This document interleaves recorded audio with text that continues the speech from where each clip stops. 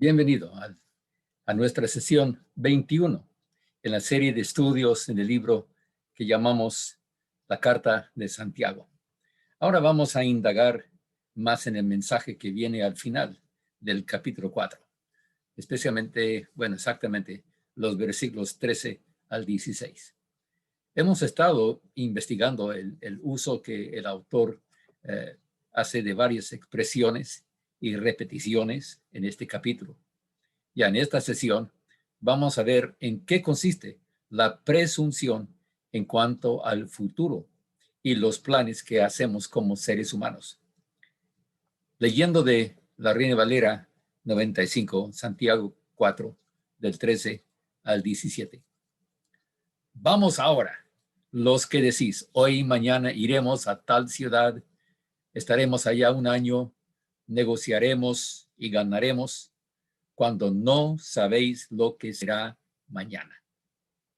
Pues, ¿qué es vuestra vida? Ciertamente es neblina que se aparece por un poco de tiempo y luego se desvanece.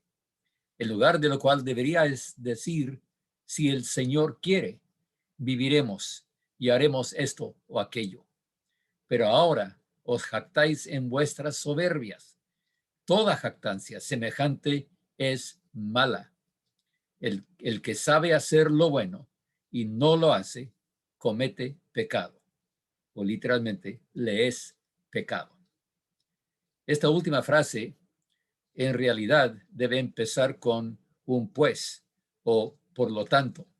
Pues el que sabe hacer lo bueno y no lo hace, comete pecado. Seguramente este pasaje tenía mucho que decirles a los primeros destinatarios de la carta. Y sin duda a nosotros también. Parece que Santiago se atreve a dirigirse a una de las deficiencias de la cultura de su día y muy parecida a la de nuestra época.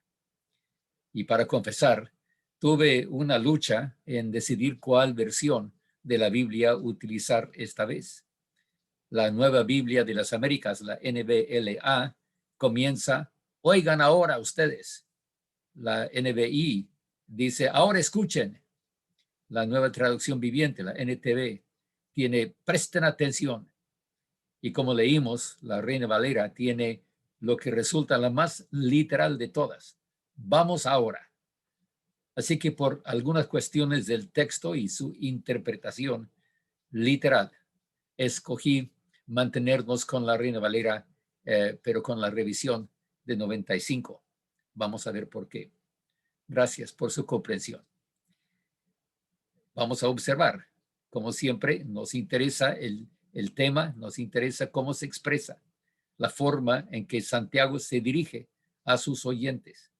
Su llamado de atención aquí se dirige a lo que presumen hacer cuando hacen sus planes de negocios de una manera puramente materialista, temporalmente, pensando solo en este mundo. Más tarde, Santiago se va a dirigir a la misma expresión a los ricos. Esta exhortación llega directamente en contra del materialismo como filosofía y estilo de vida, lo que estamos viendo ahora. El versículo 13 y el 15 en realidad van juntos como problema y solución, pero el versículo 14 está en medio como una explicación de la necedad de la proposición. Vamos a revisar lo que Santiago dice aquí. Y esta vez no hay mejor método que verso por verso. En versículo 13, vamos ahora. Como dijimos, es traducción bastante literal. Un llamado de atención, como la NBLA lo tiene, oigan. ¿Y cuál es el asunto que necesita que se preste atención? Parece ser el hacer planes solo con una perspectiva materialista. La filosofía popular de hoy día también. Yo soy el capitán de mi propio barco. Aquí mando yo. Y mi religión no me afecta en esto. Que Dios se quede en su lugar y yo me quedo en mi lugar. Que Dios se encargue del universo y yo me encargaré de lo mío. Los que decís, hoy y mañana iremos a tal ciudad, estaremos allá un año, negociaremos y ganaremos, es lo que es el asunto, ¿verdad? Algunos han tratado de ver aquí la cita a un cuento clásico de los orientales acerca del que planeaba toda una vida de felicidad con su nueva esposa, solo para ser encontrados muertos los dos a la mañana siguiente. No sé eso de una cita o si Santiago estaba pensando en tal cosa. Lo cierto es que en el mundo antiguo como en el nuestro se hacen planes, proyectos, se forman ideas sobre tal o cual meta. A veces tenemos éxito y podemos decir que los planes se realizaron, pero en otras instancias vemos que lo inesperado sucede. El éxito que esperábamos nunca aparece, o lo que resulta es completamente el opuesto de lo que pensábamos. ¿Y por qué dice Santiago esto? Es que no sabemos lo que será mañana. Es cierto, podemos hacer planes y quizás podemos decir que tenemos que mantener una agenda. Yo conozco que muchos predicadores, evangelistas, mantienen agendas. Es necesario hacer planes. Hacemos planes para un viaje, contratamos vacaciones, gracias a Dios que tenemos con qué hacerlo. Pero de verdad, nadie sabe lo que traerá el mañana. Pero el problema aquí es más profundo. El versículo 16 en realidad contesta la razón por la exhortación inicial, los que decís hoy y mañana. En el versículo 16 les dice, pero ahora os jactáis en vuestras soberbias. Ese es el problema de los planes en total dependencia en lo material, en lo terrenal. En contraste, Santiago explica que esta vida ciertamente es neblina, que se aparece por un poco de tiempo y luego se desvanece. Neblina, niebla, vapor, humo, son las varias maneras para poder interpretar la expresión en griego, que literalmente sería atmis, vapor o niebla, neblina. Mi propia curiosidad siempre ha sido con la diferencia entre niebla y neblina como palabras en castellano. Creo que ya entiendo la distinción. La niebla técnicamente es lo que han descrito como la más densa y que no permite visibilidad. Me acuerdo manejar en niebla, cuando apenas se podía ver la línea en la orilla del pavimento, enfrente del coche. Pero creo que Santiago no está hablando de la visibilidad o la falta de visibilidad. Aunque por un lado bien podría estar hablando de eso. Nadie puede ver el futuro. Tenemos una visión clara del pasado. Bueno, más o menos clara. Hay momentos que no podemos recordar por más que intentamos. Pero creo que Santiago tiene más en su mente que la falta de visión. Habla de la temporalidad de la vida.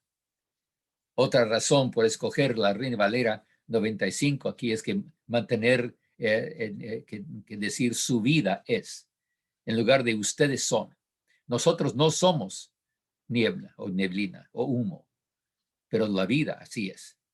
Nuestra vida sí es una neblina. Más tenue que la niebla, se desvanece más fácilmente.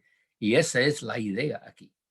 Nuestra vida en comparación con la eternidad es solo un vapor, una neblina efímera, no dura.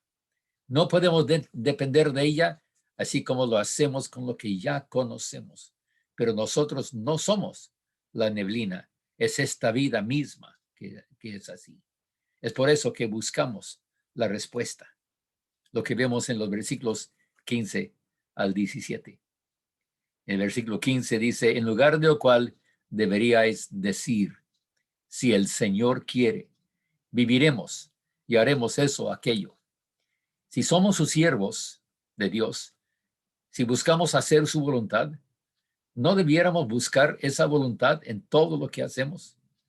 Pero una palabra de precaución aquí. permítanme. Con el favor de Dios, o primero Dios, es una frase que hemos escuchado muchísimas veces, casi como una expresión cultural o como excusa por no hacer algo. Si Dios quiere, ahí estaré, pastor. Y luego parece que Dios no quiso, porque no apareció el amigo. Dios mediante puede llegar a ser como amuleto para la buena suerte. Si es cierto, dependemos totalmente de Dios y debemos decir primero Dios, pero decirlo de corazón, no solo como una expresión hueca. Es cierto, todos estamos bajo no solo la protección de la providencia divina, sino bajo su dirección e instrucción. Pero nos acordamos que Dios no nos trata como a máquinas sin voluntad propia. Por eso apela a nuestra propia voluntad de someternos, de responder a su llamado, de amarlo de todo corazón, sin ser forzados bajo coerción. Dios busca que le amemos libremente y cuando nuestra voluntad está en sintonía con la divina, entonces encontramos la vida llena que le agrada, aunque tengamos que pasar por pruebas difíciles. Siempre me intriga cómo Dios le advirtió a Saulo, después llamado Pablo, en el inicio de su camino, en el momento de su conversión. Dice Dios, porque yo le mostraré cuánto le es necesario padecer por mi nombre. Lo leemos en Hechos 9:16. Y de todos modos, Pablo hizo la decisión de seguir a Cristo, aun sabiendo que tenía que sufrir por ese nombre. Versículo 16, regresando al texto. Toda jactancia semejante es mala. Y luego sí debemos de meter el por lo tanto, o algo como pues. Es que el versículo 17 es propiamente una continuación del tema. No lo debemos de sacar de su contexto solamente para definir el pecado. Pues el que sabe hacer lo bueno y no lo hace, comete pecado. O como dijimos literalmente, le es pecado. En cuanto a la presunción de vivir la vida como si Dios no existiera, hacer mis planes como si a Dios no le interesara lo que yo hago, decir que creo en Dios y luego vivir como ateo, como si Dios no existiera. Eso es ser un ateo en la práctica. Y hemos encontrado que muchos hemos caído en eso. Y tengo que confesar que cuando muchos se dan cuenta, entonces tienen que confesar que sí es cierto. Digo, creo en Dios, pero no le tomo en cuenta.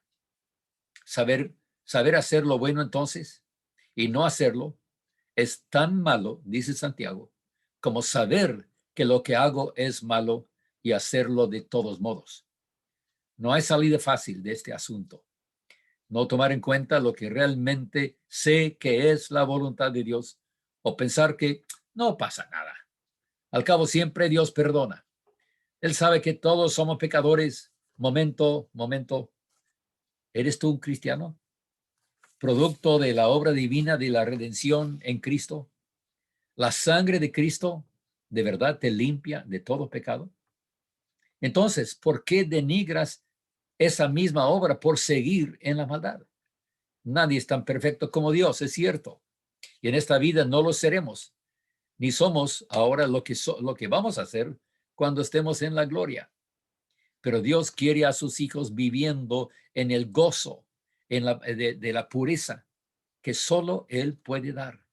Santiago está de acuerdo que el corazón puede ser purificado.